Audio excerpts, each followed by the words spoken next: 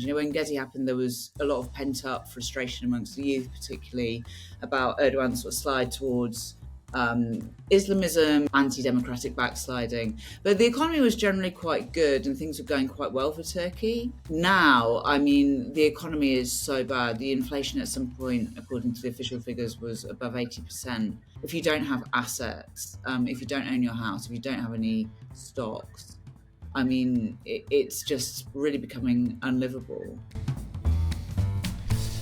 Hello and welcome to Spectator TV. Today we are going to be talking about Turkey because President Erdogan has arrested an opposition leader and is now facing probably the biggest protests against his leadership so far. To discuss this developing story, I am delighted to be joined by Hannah Lucinda Smith, who is a journalist based in Istanbul, and our very own Owen Matthews, our Russia editor, who has great knowledge of Turkey, or at least it seems so from his excellent piece, which is coming up in the upcoming edition of The Spectator. Hannah, I will start with you. You are in Istanbul. Give us a sense of the atmosphere. Yeah, well, it's quite strange. It's very reminiscent of the Gezi Park protests of 2013 in that during the daytime, you go to Sultanahmet, the centre of Istanbul, and it's all quite normal with tour groups being led around with flags. And then just around the corner, there's Saraçhane, the city hall of Istanbul. And you see the sort of mementos of the previous night's protests of spent rubber bullets, graffiti everywhere, rights law, justice, insults against Erdogan. And there's a few tents outside City Hall where the sort of hardcore protesters are staying overnight. And these protests are continuing. Really, for the past decade, it's kind of felt like protest is dead in Turkey. It's not reported much in the international news anymore, but roundups are continuing, even against people who Erdogan accuses of being involved in organising Gezi 12 years on. Still roundups against people he accuses of being involved in the coup attempt. So there's been this whole atmosphere of fear in Turkey. And if there were protests, they petered out very quickly. They were overwhelmed by, riot cops very quickly. But this time they're continuing and they're carrying on. And I spoke with Ekrem İmamoğlu's foreign affairs advisor earlier in the week. And I asked him, did you expect this level of reaction inside Turkey? He said, we didn't. We knew there would be a reaction, particularly in Istanbul, but this level of reaction across the country. And when you look at the people who are coming out to protest, a lot of them actually are not particularly sort of Ekrem İmamoğlu fans or followers. Like you see a lot of people doing the grey wolf sign of the ultra-nationalists. They not necessarily people who would even vote for him, but they just feel that, democracy has been so blatantly pulled away from underneath them. Tell us a bit about Ekrem İmamoğlu. I'm sure I'm pronouncing it wrong, but give us a sense of his popularity, where he is on the political spectrum, and why Erdogan has chosen now to move against him. Well, the curious thing and the poetic thing is that in many ways, Ekrem İmamoğlu's career is mirroring Erdogan's exactly. Erdogan also rose to national prominence as mayor of Istanbul. He was put in prison while he was mayor of Istanbul and stripped of his office because at that time the regime in Turkey was secularist. They clamped down very hard on anyone showing any kind of tendencies towards Islamist politics. And Erdogan used that time in prison as a massive kind of image polishing opportunity. He had a great team of spin doctors around him, really used that and came out as a hero. And within 4 years, he was prime minister of the country, and he's never left power as leader since. Ekrem İmamoğlu also in 2019, he almost came out of nowhere. He'd been mayor of a district called Beylikdüzü, which is right on the outskirts of Istanbul, kind of a new district. And he'd, sort of made a bit of a name for himself there. And then he was elected as the candidate in 2019 to stand in the local elections against Erdogan's candidate. Erdogan put up Binali Yildirim, who used to be prime minister, who's extremely uncharismatic, and clearly thought that it was a shoo-in. The AKP or Erdogan's party had Istanbul for 25 years. And İmamoğlu took a surprise victory. Erdogan did everything he could to try and overturn it, but İmamoğlu clung on. He won a second term last year, even bigger victories, and for his party as well, extended victories across the country. And, in the past months, Imamoglu has been launching himself onto a national stage because he's been preparing to become the candidate for the CHP in the next presidential election. So that's why Erdogan's moved now. He's seen in Imamoglu something of himself when he was the rising upstart with all the headwinds behind him. And Owen, in your excellent piece this week, you make the point that Erdogan has never been stronger on the international stage, and perhaps never been weaker at home. Talk to us first about why he's so strong at the moment on the international stage. It seems that Trump feels he needs him. A lot of Middle Eastern powers feel they need him. Russia feels they need him. How has he managed to get himself into this golden position abroad and this perilous position at home? Yes, well, actually, one of the I lived in Istanbul for 15 years, and one of the Russian ambassadors visiting from Ankara said, described Erdogan as the plug for every barrel. Because, in fact, he is so crucial in so many different geopolitical configurations. He, from 2015, has essentially been horse trading, blackmailing is a little bit too strong a word, but certainly sort of reaping maximum benefit from Europe, because he's acted as a sort of as a bulwark against a sort of tide of immigration of people who are crossing the Aegean to Greek islands. He's reined that in. He's enormously important because he commands the biggest army in Europe. Or certainly in the European NATO, and the defense industry of Turkey is going to be playing a very important role in any kind of future European rearmament efforts. He's amazingly allies with Zelensky and friends with Putin. He's playing an enormously important role now in Syria. He's basically whatever one might say about his anti-democratic tendencies, Erdogan has always, throughout his entire career, been absolutely brilliant at sort of playing two sides against the middle. And right now, on the 17th, he had a conversation with Trump, the details of which were not released, but Steve Witkoff, Trump's envoy, described it as an excellent conversation, very constructive. And we know that the Turks... Strange enough, Turkey is actually under some US sanctions still, because, or rather, measures have been taken by Washington to restrict Turkey's access to F-35, the F-35 program, for instance. There was some pushback from the United States, including some defense industry sanctions, when Turkey bought Russian air defense systems, and so on and so on. But the point is that Turkey is in a position, because of its strategic role in the Ukraine conflict, its strategic role vis-a-vis not just Syria but also Iraq and Iran, which it borders. So internationally, Erdogan has basically got a free ride on this. Compare and contrast to what the sort of opprobrium and sanctions and absolute moral indignation and outrage that was poured on, for instance, Alexander Lukashenko back in 2020, when he did a similar thing, cracked heads, put hundreds of put thousands of protesters in jail and so on. But no one really needs Lukashenko apart from Putin, of course. So far, the reaction has been pretty muted, both from Washington and Brussels. I mean, there have been European leaders that have spoken out, but spoken out. As yet, everyone needs Turkey too much to actually really do anything to rein him in terms of international diplomacy. In fact, you could probably say he's the only world leader who has had a good relationship with Putin, has got on with Putin and accommodated Russian interests without being this pariah figure to the West. Yeah, well, actually, I mean,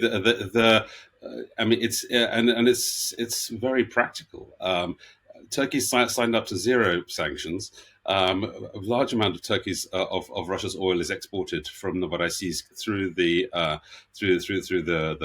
Bosphorus, the Turkish Straits, and there are two major gas pipelines which take Russian gas underneath the Black Sea, where it's then mixed with a little bit of Azeri gas, and then is magically transformed. It's basically sort of gas laundering. then it's piped through Thrace into southern Europe. So and grain is also exported through the Turkish Straits. I mean, Turkey is an enormously important it's a crucial cornerstone of all of Russia's exports, which are keeping Putin's war machine going. But at the same time, the Turks have also provided some very deadly technology. Particularly at the beginning of the war, you had the Bayraktar 2 drone, which was actually produced by a company owned by Erdogan's son-in-law. Yes, son-in-law, and it's extraordinary that that he's managed to be such a close, not just political but practical friend of Putin, and indeed remain an ally of Zelensky, with whom he also a massive trading relationship. I mean, whatever one might think about Erdogan's democratic credentials, which are basically now in the bin, he is extraordinarily skilled on the international stage and continues to be. And Hannah, is that partly because what Owen's saying there? Is that partly because Turkey is blessed by geography? It is a connecting point for various worlds, and as such is very important to all sorts of global interests. Yeah, absolutely. I mean, he's definitely been, dealt a great hand when it comes to Turkey's importance, but also don't underplay his own skill. He's very, very good at reading situations and acting pragmatically accordingly. And don't forget, he's in some ways quite an unsophisticated guy. I mean, he's not from a kind of elite family. He doesn't speak English. People I've spoken to who knew him when he kind of first rose to national power said that he used to be quite sort of unsure of himself on the international stage, and he would ask for quite detailed notes from his diplomats. And as time goes on, he doesn't do that anymore, perhaps unsurprisingly. But I think, like Trump, he's got great instincts, both domestically and, internationally. And we've seen him testing the waters, actually, with this. If you remember when the Ukraine conflict first started and Sweden and Finland wanted to join NATO, and Erdogan stalled it for, I think, more than a year in the end, right? Forced Sweden to change its constitution. And basically got what he wanted with no reprimands from anybody. So he's tested the water, he's got away with it, and now he's sensed that it's his moment to do it. And, he's been proved right. Well, one thing he's not controlling very well domestically is the economy, which is having serious jitters at the moment. Can you give us an impression of how bad things are at the moment? Yeah, I mean, I think this is the key difference between now and 2013 when Gezi happened. When Gezi happened, there was a lot of pent-up frustration amongst the youth, particularly about Erdogan's sort of slide towards Islamism, more conservative politics, anti-democratic backsliding. But the economy was generally quite good and things were going quite well for Turkey. And the AKP and Erdogan's support base was still broad. Now, I mean, the economy is so bad. The inflation at some point, according to the official figures, was above 80%. Unofficially, some economists say it was much higher than that even. And even though they've brought it down a bit, it's still above 40%. Prices go up and up and up every day. People's wages are not keeping up with it, particularly if you don't have assets, if you don't own your house, if you don't have any stocks. I mean, it's just really becoming unlivable, particularly places like Istanbul. So there's that as well. And I think that's certainly contributed to why these protests have spread even to places like the Black Sea region, Erdogan's home region, Inner Anatolia, incredibly conservative AKP heartlands. You're seeing hundreds of people out in the streets. It's incredible. Owen, I remember we had a conversation on here with Michael Weiss, I think it was a while ago, when the revolution happened in Syria. And I think it was Michael Weiss, not you, who described it as a catastrophic success for Turkey. because they had been moving against Assad. They'd been trying to plot against Assad, but they didn't actually necessarily want Giuliani to succeed, and they didn't necessarily want the situation. Has what's going on in Syria affected Erdogan's standing at home in Turkey? Indirectly, because actually the most important thing that's one of the most important political projects that Erdogan has been undertaking is this sort of on again, off again sort of process of reconciliation with the largest Kurdish party, which is the essentially sort of the potential kingmaker and in any sort of future parliamentary deadlock. So that's really. That horse trading has always been has basically been ongoing for decades. But actually, I mean, the first real deal was really put together in 2016. So the good news is that sort of the insurgency in southeast Turkey, which literally saw the centers of various Turkish towns occupied by armed insurgents, and that was extraordinary. I mean, that is something that's really quite close to sort of state collapse when you have the center of Diyarbakir is you have armed rebels sort of in the center of town. That's all gone. That has now been authority has been reestablished. Ironically, the place the city centre that you're most likely to see Turkish-made armoured personnel carriers. It's a light infantry fighting vehicle called the Akrep. The Scorpion is actually in central Istanbul these days. Yeah, I've seen on Twitter, the police literally deploying in infantry fighting vehicles against their own citizens. So, but as Hannah rightly said, actually it's the economy that's actually the big change, because Putin and Erdogan are often compared, and there is one way in which they essentially share a sort of social contract, and that is that people are very only too willing to surrender their sort of democracy or their abstract sort of human rights and press freedom and so on in exchange for prosperity. And in Putin's case, he still actually managed to more or less sort of hang on to that social contract, and for various reasons we don't need to go into here. But for Erdogan, it's broken down. He no longer represents stability, and no longer represents economic competence. I mean, for a long time, and actually, unlike Putin, who's handed over economic control to one of the best central bankers in the world, Elvira Nabiullina. Erdogan, by contrast, has actually insisted on some really eccentric, kind of borderline crazy fiscal policies over interest rates and so on, and exchange rates that actually have completely sort of deep six the economy, because of his basically unprofessional, hands-on control of macroeconomics. So he really actually is Erdogan's fault, and that I think is his biggest vulnerability. I mean, notionally, the next presidential elections don't have to be until 2028. But I wonder whether this. I'm sure Hannah has a more better founded view on whether those elections are going to be earlier or not. I can't really imagine Erdogan being able to put up with this level of political turmoil for 3 months, let alone 3 years. And Hannah, about the turmoil, Erdogan has succeeded in clamping down previous efforts to remove him. Does he have control of the military at the moment, if they are needed? Will police forces be able to control the protests in Istanbul? How out of hand are things getting as far as he's concerned? Actually, just speaking, I can hear in front of my flat the protest starting. It's just coming up to 8:30 in Istanbul, which is when people are called to the streets each night.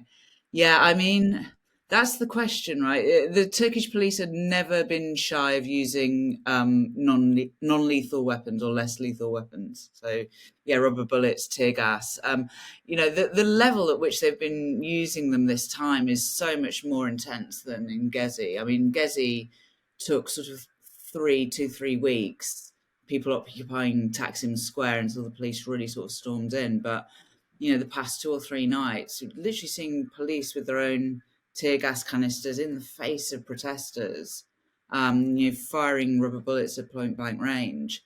Police numbers have been massively boosted here in Turkey, particularly since the coup attempt. And at the same time, the army, more than half of the top generals and admirals were fired from their positions after that coup attempt. Analysis suggests that basically it was a clear out of the more sort of European-looking officers, particularly those who'd spent time on NATO postings. I think about 90% of the officers who were on NATO postings on the night of that coup were dismissed, and a lot of them claimed asylum in Europe. And also the chain of command of the military was brought under the defense ministry as well after that coup attempt. So I think it's very, very unlikely that anything would come from the military against Erdogan, particularly, seeing the crackdown after the last coup attempt. On the other hand, I reported in Syria throughout the war as well, and I often sort of compare situations in my head and talk with friends and think, well, can you imagine a situation where the Turkish police might fire on protesters? And I can't imagine that.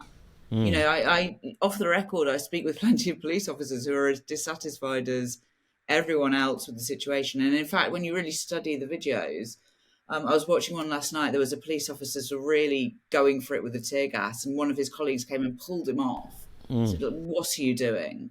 So there are, it's not Syria, but this is it's a tense moment. I'm not sure where this is going to go because it's been so long since we've had protests on this scale in Turkey.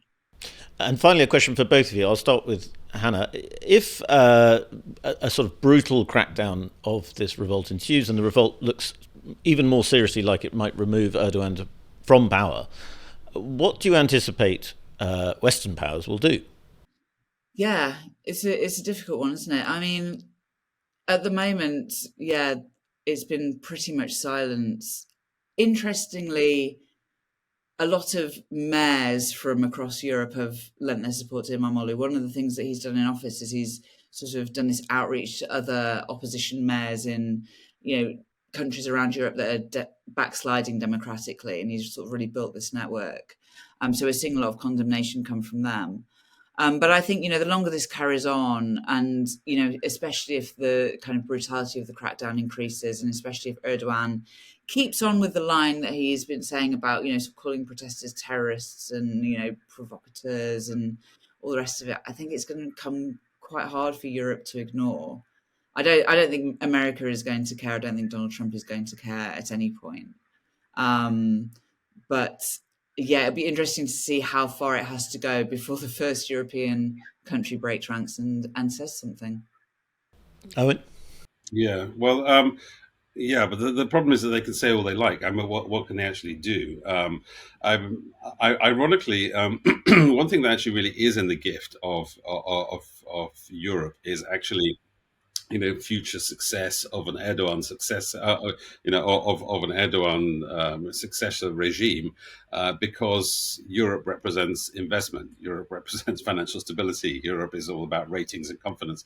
So actually, all things that Erdogan has just systematically sort of screwed the pooch over. He's completely lost the confidence of markets. But the markets and the confidence and the economics are not really in the gift of politicians.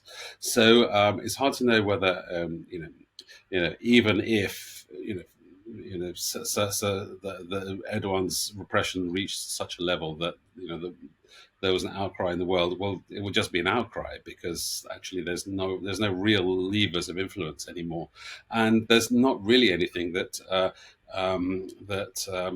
Turkey kind of needs from anyone apart from things like there's potentially very radical measure that the EU could suspend Turkey's customs union membership, for instance. That would be like a sort of nuclear option for Brussels, but also quite damaging, but even more damaging for the Turkish economy, and something that's actually would make Turks' lives immediately far worse and collapse the economy, and with unpredictable results, because as Hannah said, I mean, there's the CHP and Imamoglu are by no means the only opposition forces. You have the MHP, who's the ultra nationalists. You have you still have fragments of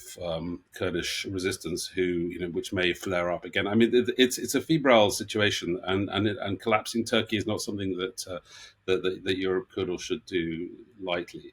So the bottom line is, I think condemnation is even when if and when it comes, is not actually going to have any practical impact. Owen and Hannah, thank you very much for coming on Spectator TV.